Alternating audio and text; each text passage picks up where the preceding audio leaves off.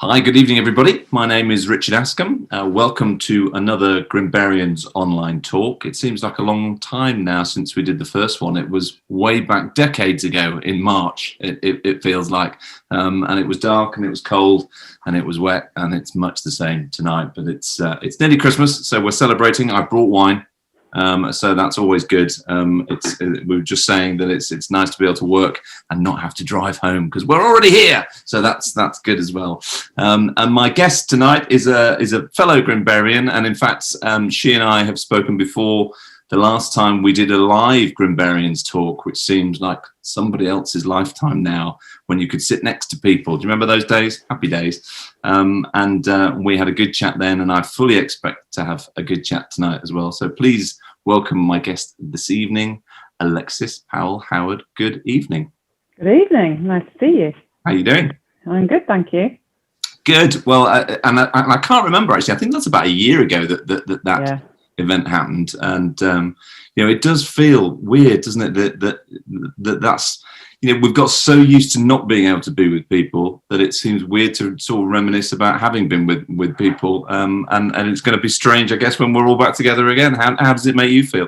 Yeah, I think I agree. I can't wait. I can't wait to be able to be near people. I think it's really weird having to consciously think about the things we don't normally ever have to consider, and so I'm really looking forward. I this year obviously has been full on in lots of ways for lots of people, but I think when I'm used to a bit like you, used to standing up and talking to groups of people, and I really miss that. Doing things online has been fantastic, but it's not the same as seeing the whites of the eyes and being able to get those responses and reactions and just have a bit of fun with it. It's just very different, isn't it? So I'm looking forward to being able to be normal with family, and all that stuff. Yeah, you're absolutely right, and it's funny, isn't it? Really, that the one thing that we never really considered, and I guess never really had to, was the power of human contact and company. And you're right about being in front of a live audience, and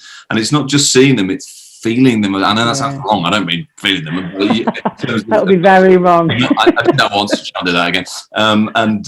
But it is. It's that presence, isn't it, that we have with each other in a room, and it's you forget. Yeah, you do. Yeah, absolutely. And I'm kind of craving that a bit now. It's just strange. I think we just took all that for granted, and so there's a lot of things now that we are having to consider in a different way, and we can't take those things for granted, and probably won't again. I know I feel very grateful. I always kind of practice being grateful and gratitude, because I think it's a really good grounding exercise, especially when things are full on and it's busy and I've got, family and all that kind of thing. But it has made me really kind of recognize what I'm very grateful for in my life, and that's about people and about, relationships. It's not about, your house and car and all that kind of stuff. It's more about the actual things that really matter. Yeah, it's very true. And I think with Christmas sort of just around the corner, and obviously a very different Christmas for everybody this year, but as I keep saying, and my family say the same thing, it's not the event, it's the people. So we just decided to have Christmas next June, when we can have it in the way that we want to, rather than compromise and feel upset that you're not having the Christmas that you want. Don't have it at all. Have it next year. But it's interesting. I said this a while back to somebody. I think it might have been Rob Walsh actually. In the summer, we were talking about how adaptable we are, as not only as human beings but as business people and as parents and family as well. And I guess the mini tests of this over the years has been the holiday, because you go on holiday for a week and you're home before you know it. You've really yes, you've caught some sun, but you've had no benefit sort of mentally and physically of the full Zen relaxation that you get. 2 weeks, bit different. You get to day 10. And you've probably dropped down into this nice Zen-like state, and you start making yourself promises, and the sort of promises that we should do this more often. We should talk more. Why don't we play games in an evening? And all that, and it's lovely. And you sign up to it, and you make the promise. And then you get home, and it lasts about that long, and you're back into the world. This has been 9 months. This is now, it's learned behavior. We're way beyond that little moment in time. So it'll be interesting to see. And I'm curious to hear from you just some of the things that you've had to do that you've gone, actually, I quite like these. I'm going to carry on doing them. What have you come across this year that's changed your world? Yeah, well, I was working all over the country. I was in my van. I drive a van with a crew cab, and I was driving that all over the place and spending hours, negotiating traffic, trying to follow my sat nav, generally getting it wrong, and days out of my week really, and missing picking up my kids and having to arrange people to help me with that, and setting off in early mornings and all of that stuff. And I won't be doing that anymore. That's something I won't be going back to. I've been able to run the business from here, and it's growing day by day. So I don't need to be doing that. And I think it's made me realise actually how much more effective I can be if I actually just concentrate on what I've got to do and write those proposals or have those meetings. And actually I can do an awful lot online where I would have felt that I had to do that in a room. Now, don't get me wrong, I've still gone and done things, because we're still classed as key workers, so we can still help people and see people. But it's not the same as it was. I was literally on that hamster wheel at full pelt most of the time, and so that's really been useful to reflect and draw back from that and think, well, actually, I can get a really nice blend of doing things working from home and still be able to see people, but not have to travel over the countryside in order to do it. So that's made a big difference, and it also means that I'm here when my children go to school in the morning. That hasn't happened for a long time. You're absolutely, the hamster wheel is a good way to describe it, and to be fair to all of us, we didn't know any different. Because largely speaking, when you do what you do and you do what I do, and there's lots of people out there that do stuff for themselves, we haven't stopped running for years. You don't know how to. No, absolutely, and it would feel wrong to do so. In fact, so this sort of enforced gap year, if we can call it that, has really made, I think, a lot of people sit down and review and think, actually, do you know what? There might just be a better way. I'm not saying all of it, but certainly some of it. It's finding your ground with it. I think that's the thing that I've found is that, and we've been helping people every time there's been a new Boris Johnson announcement, if you can call it an announcement. It's generally a rambling of something. You try and pick out what it actually means, but in Latin, usually. So we've seen those waves of the anxiety that creates, and the worries people have got, and the financial worries and everything else, and so I think it really, that pause button that was kind of hit, which I think was really shocking. I mean, I know for those first few weeks I was kind of like, right, okay, we've got to move online, we've got to do this, we've got to do that, and we were just moving as fast as we could. I would have, to get our services online, to get my guys at Fortis to do that, needed a pandemic. Because it wouldn't have happened otherwise. I was kind of, come on, let's use Zoom. They're all like, I don't know, I like to be in a room, I like to, but they're all doing it now, and it's not an issue. So there's some benefits that have come out of our, ways of being able to support and communicate and everything else. But I think for me personally, it's been nice not to feel like I have got to be everywhere, because I think that's where I'd got to, and I do think we didn't question, especially self-employed, entrepreneurs. We're in it, and you're living it, and you're working on your business, you're working in your business, and I think actually to have permission to do this differently, and actually everyone has to do this differently at the same time, that's never going to happen, hopefully, again. Yeah. So yes, we've had this horrific pandemic and this horrible virus, but there's also been these other kind of, I guess, things that have fallen out from that process, really. Yeah, no, you're right, and I think you a bit like me have spent a number of years, shall we say, knowing what it feels like to have your pants on fire. So in March, when everybody was running around with your pants on fire, I think one of the joys, to a certain extent, if that's the right word, advantages maybe is a better word, of having been in that situation, not the same but similar situations many times before, you can think clearly whilst your pants are on fire, and it allows you to adapt and pivot and what have you, and as you say, bring people with you, because it's nobody's had to adapt at that speed ever. Nobody would choose to. Well, no, absolutely. And although bizarrely, there's a little bit of the cynic, the weird side of my brain that quite enjoys that. Probably in hindsight, I didn't enjoy it at the time.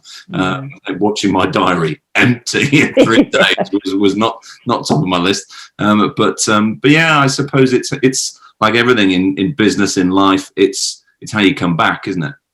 I'm with you on that. I think I was surprised by how much I kind of, how much I was able to respond. We're holding vulnerable people, and that's my passion to make sure we do that as well as we can. So that was my main priority. Right? How can we carry on helping people? How can we do this safely? How can we keep everybody safe? And actually, I remember having some conversations with some of the business people in the town. Like, we were supporting each other. Like, right, what can you do? All different businesses. What can you do? How am I doing it? What are we learning as we go along? And there is a level of excitement. I think that, don't get me wrong, I looked terrible. Yeah. but the level of kind of right, come on, all those years of being able to think on your feet and come up with ideas, and that's like concentrated now, and it's now or never. It's a live test. Yeah, completely. Yeah. Completely agree. So, and we've been chatting quite freely for 10 minutes now, and I've forgotten entirely to allow you to introduce not only yourself but also what you do. So, for those of you that have been watching for 10 minutes, thinking, who are they? Let's take a moment, I think, Alexis, and just introduce yourself and your business and what you do. Okay, so I'm Alexis Powell-Howard. I'm the Managing Director of Fortis Therapy and Training, and we provide really lots of services to do with people. So we provide therapy of all different models. We provide mental health support in a variety of ways. We do emotional wellbeing work, strategy support for businesses, reflective practice, clinical supervision, coaching, training, speaking events, all that jazz really. And we've also got the Westerly Club, which we've just launched a few weeks ago, for men's mental health. So that's quite exciting as well. So there's lots going on, lots of really just supporting people in general. And yeah, thank you. And I'll come on to the Westerly Club in a moment or two. But I guess really in that, and you throw that away with and all that jazz. I mean, what you do is tremendous, and I think the company has grown from strength to strength over the last few years. Mainly, not entirely down to you, but mainly down to your enthusiasm and your drive. And I guess with this year being what it has been, there's probably never been a better time to be doing what you do. Yeah, we are busier than ever. We were having a busy time anyway. We thought we were busy in February, and we were, but not. Have you redefined flat out? Yes, not by now, today's standards. So yeah, we've had to recruit a lot of therapists and think about creative ways of getting people to engage and supporting businesses, and we did a lot of free services as soon as lockdown hit, just to help people. And so lots.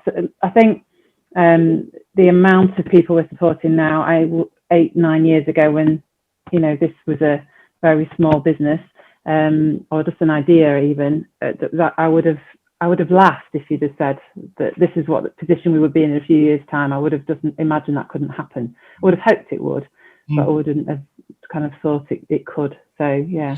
And it must be very satisfying, I guess, as well. Not only, I mean, obviously from a business perspective, but also to be able to help, because you know how to help. I think one of the things that was very interesting in March was the number of people that just stepped forward and went, "What do you need?" But then, of course, it was qualified with, "I'm not entirely sure I know how to do that." So willingness is one thing, but ability is everything. And you guys have got that in spades. Yeah, we did. Yeah, I was just kind of like, right, who can we help? What do we need to do? And can we give those teams some free support? Can we put that on can we do a team wellbeing check-ins? Can we do whatever? What can we do? And I would do this for free anyway, because I love it. So that's not a chore to me. That it's like, right, let's just see what we can do. And everybody in Fortis kind of stepped forward, and that was great, because it wasn't a case of me having to kind of lead everybody by the nose and, you know, come on, let's do this. It was like, right, what are we doing? How are we going to do it? And people stepped up. I just said to them tonight, actually, we did a bit of a Christmas Zoom thing tonight, and I was saying that, you know, working and with people who are walking the same direction or running the same direction as you is really helpful. You know, there was no amount of trying to drag people with me. So that's massively helpful. And then being able to see the impact on the people we were supporting, again, because we're living in it as well. Yeah. We're living in that pandemic too. That's never happened before, you know, where we all know we've all got our own stories around that. So it's important to be supporting the people who are doing the supporting. That's the main thing for me. It's a nice way of putting it. And it's interesting that you said you would do it for free, because I think the sign of success in any business is when the money is the consequence and not the reason. I'm completely with you. You know, the thing for me has always been focus on clients, focus on businesses, schools, wherever we're working. Let's get that right, and then, you know, from that grows the business and the finances and the reputation. And, you know, that's just, you know, the reputation for me is really important. I want to have that, people to trust that what we offer is what we say we offer, and, you know, that they can trust that they can come and talk to us and we'll do our best. It's interesting, isn't it? You must come across this a lot, but self-worth to me is not a way of keeping score of the money. It's a way of keeping score of how you feel. Yeah, it is. It's quite funny, really, because some of the people who really helped me, you know, my leads and my leadership team and my business manager Claire, and she'll say, you know, this is how much we've earned turned over this year, and it doesn't make any difference to me. I just think, well, that's great, but actually tell me how many clients we've seen and how many people we've supported and how many people we've done training for, because that's what is important. And you're right, the self-esteem part of it is knowing that what I'm doing and what Fortis does is doing things in the right way. Yeah. Well, that's how you're judged, isn't it? You know, I said many times that success for me is the number of people that have stood around the hole in the ground when they're putting you in it, because they're the people that you've made a difference to, and you'd like to think that the church would be full. That's all you can hope for, isn't it? Really, in that regard. So take me back to day one of Fortis. How long ago? When did you start? It was in our 9th year now. So yeah. So you know, within, let's call it within the iPhone era, not before that, and we won't go all the way back to now. That's what I call music. So, but you know, what day one, if you can put yourself back in that headspace, where did you want to be, and where would you say you are by comparison against that? At the time, I was going through. I was working in the NHS, and there was a big restructure going on, and I felt so compromised by the way that the direction that was going in. You know, that other people could accept it and go along with it, but I just felt fundamentally like this isn't something I can go with.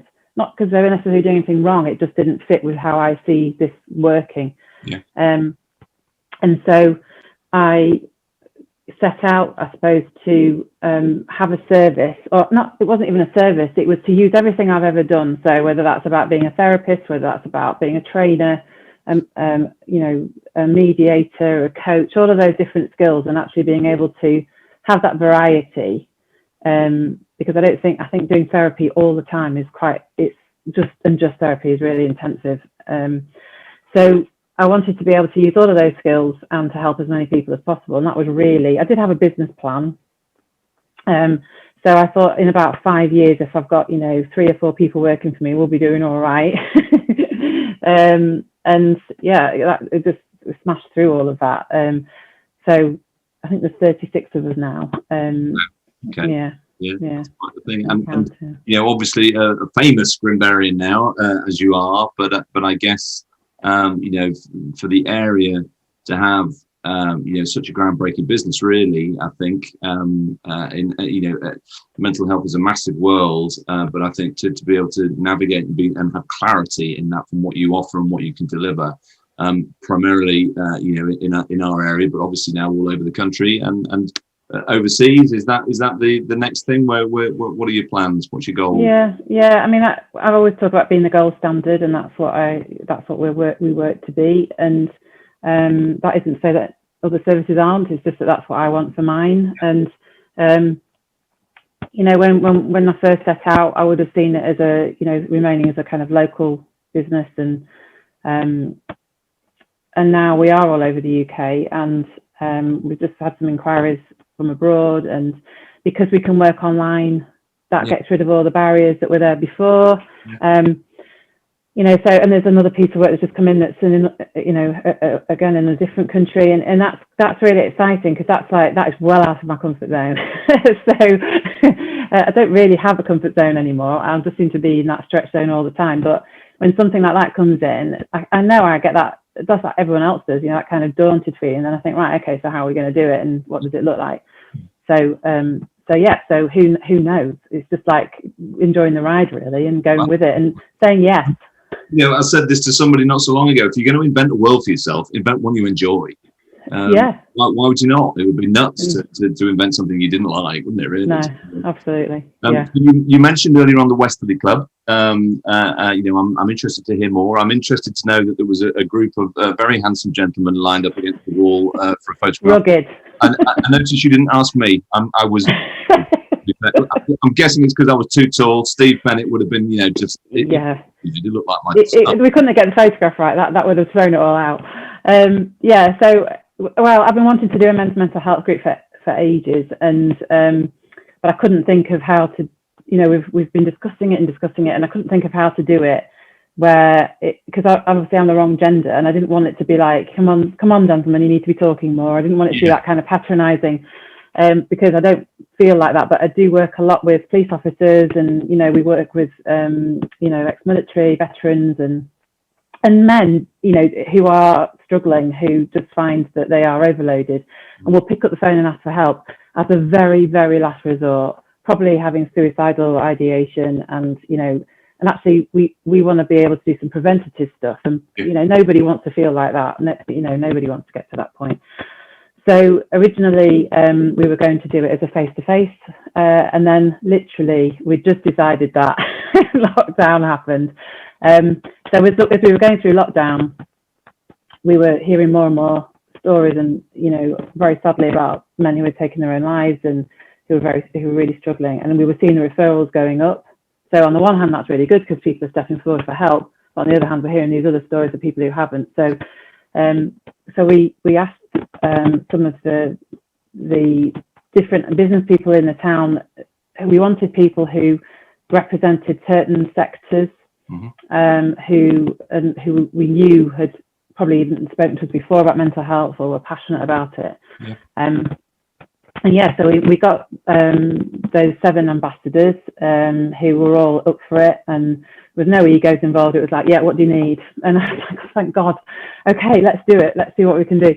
So we set it up as a private Facebook group, and that's going really well. And you know, we kind of set some very clear rules. So because what I didn't want was, you know, people being vulnerable in the group, and then other people being, you know, not respectful of that. And we don't have any politics or any of that stuff in there. There's no COVID conversation. It's very much about how people are doing and where are they at. And the ambassadors have been great, because it's just meant that I'm kind of in the background, and we've got therapists in the group. So there's 4 women in the group who are Fortis women, if you like. And then everybody else, it's all men. The ambassadors are all in there, and then Ian Holloway has just agreed to be an ambassador as well, which I'm really excited about. So that was lovely. So then we do these talks every Thursday night, Facebook Lives in there, and it's just really about breaking down those barriers around, and just having the conversation. You know, being honest about, actually, life's a bit shit sometimes. You know, and we need to be able to talk about it and figure our way through. And so that's what it's all about. And so, hopefully, when we have these vaccinations, and we can all get together again, we will be able to do face-to-face and get some small groups together and things like that. But I know the ambassadors have been meeting some of the guys for coffee and going out for socially distanced walks, and, you know, just really lovely support. Well, I think, it's fair to say, and I know most of the gentlemen in that group, and you know, we've all swum down the shit river at some point and know what it feels like, know what it tastes like. So there's you know, you don't get to certain points in life without understanding that. So if you can, you know, at the very least reference where somebody is and give context to it, I think that's the huge advantage that you've got. So it's a great thing that you've set up there. Why the name? Where did the Westerly Club come from? Yeah, so we're very thrilled with this. So the Westerly Club, it's because obviously we're from Grimsby and the fishing reference. So your Westerly would have been your mate, really. So if you were on if you've been on a fishing trip around Iceland for 3 weeks and you had a really terrible catch, you'd come back feeling obviously deflated, no money, and all that goes with it. And so your Westerly would be the person who would, you know, buy you a pint, check in, make sure you're okay. And you would do that for each other. So we didn't want to give it a mental health title. We wanted to give it something that really is. So they are Westerlies. That's what they call themselves. So they're the Westerlies. Oh, there you go. I didn't know that. Every day's a school day, which is fantastic. So well, what a great reference. And I think, you know, a little bit like Doc's Beers are bringing all of the old references back into mainstream, if you like. You know, that's another way of doing that, and also I guess shining a light back on the town and back on the not only the past but also the future. You know, that's massively important. Where do you see? You know, there's a lot going on at the moment, you know that, and there's a lot that's still to happen. COVID's kind of slowed it down a little bit, but not stopped it. Where do you see things turning, you know, with the town coming up over the next few years with the regeneration project? I hope that it will make a big difference to the town. I think it needs that investment, it needs that direction, and it needs some hope really around, you know, what it can be. We've got some really positive things in the town, and you know, we've got some great businesses. I think the community is great as well, and you know, we see people from all walks of life, you know, in the town, and I think that it would be great for people to start to feel that, or maybe not start to, because I think there is a lot of people who feel proud of coming from the town, but to generally to feel proud of it, a bit like when Hull did the Year of Culture, that kind of really elevated them into that kind of, actually, it's somewhere worthy of going to, it's somewhere worthy of, you know, it's got stuff happening, it's got stuff going on there, and all that energy it brings. And I think that's what Grimsby needs. It's crying out for it. And as you said, things have slowed down, so unfortunately we're not maybe as far along that road as we would like to be, but we're on the road, and that's what's the most important. Absolutely. And you know, I've said for a while now, if Hull can, we can, and anybody can on that basis. It's I think you know, belief I've banged on about for years about the B word. Once you believe something's possible, largely it can be, and then it's just a question of money and opportunity. Well, we seem to have got the money. Hopefully it'll still be there at the end of COVID from the government, and the opportunities are endless. So I think it's a very good time to be a proud Grimbarian. And you know, it'd be nice to see what happens over the coming years with that, and hopefully be talking again in 5-10 years time about what's happened, not what should happen. And that would be a great reference point. Absolutely. Alexis, it's always a pleasure to talk to you. Thank you so much for taking the time this evening. And I'm sorry I didn't give you a warning about the glass of wine, but next time. Next time. But thank you for taking the time. If you had one thing just to say before we wrap up, what would your abiding sort of comment be? You know, this year of years that we've all lived through. What are you looking forward to most about 2021? I'm looking forward to being able to set intentions, I think, you know, and be able to be in charge of our own destiny a little bit more than we have been this year. I think, you know, what we're seeing and what I would say to people is to, you know, just kind of, I think, kind of almost write down right now what is important, because there's things, as you said, it's almost like when you come back off the break, you know, things start to shift and start to go back to how they were. And you know, what are your intentions for 2021, and what would you like life to continue to look like, and what would you need to change? But and I think it's a bit like we're talking about Grimsby. If you set your intentions and you put it out there and you've written it down and it's clear, then you're more likely to start to work towards that subconsciously. And I think that's what we need 2021 to be, is like, right, okay, we've done our Annus Horribilis, we've got past that, so what's this next year going to look like? A year of doing, hopefully, which would be great. So, Alexis, thank you. Lovely to see you. Can't wait to see you in person. And until then, have a lovely Christmas, whatever it is you're doing, and whoever it is you're doing it with, have a lovely time. But thank you, and thank you everybody for watching. This may well be the last Grimbarians talk of the year, but it will not be the last Grimbarians talk. So wherever you are and wherever you're watching, we wish you a very Merry Christmas. Thank you very much. Merry Christmas.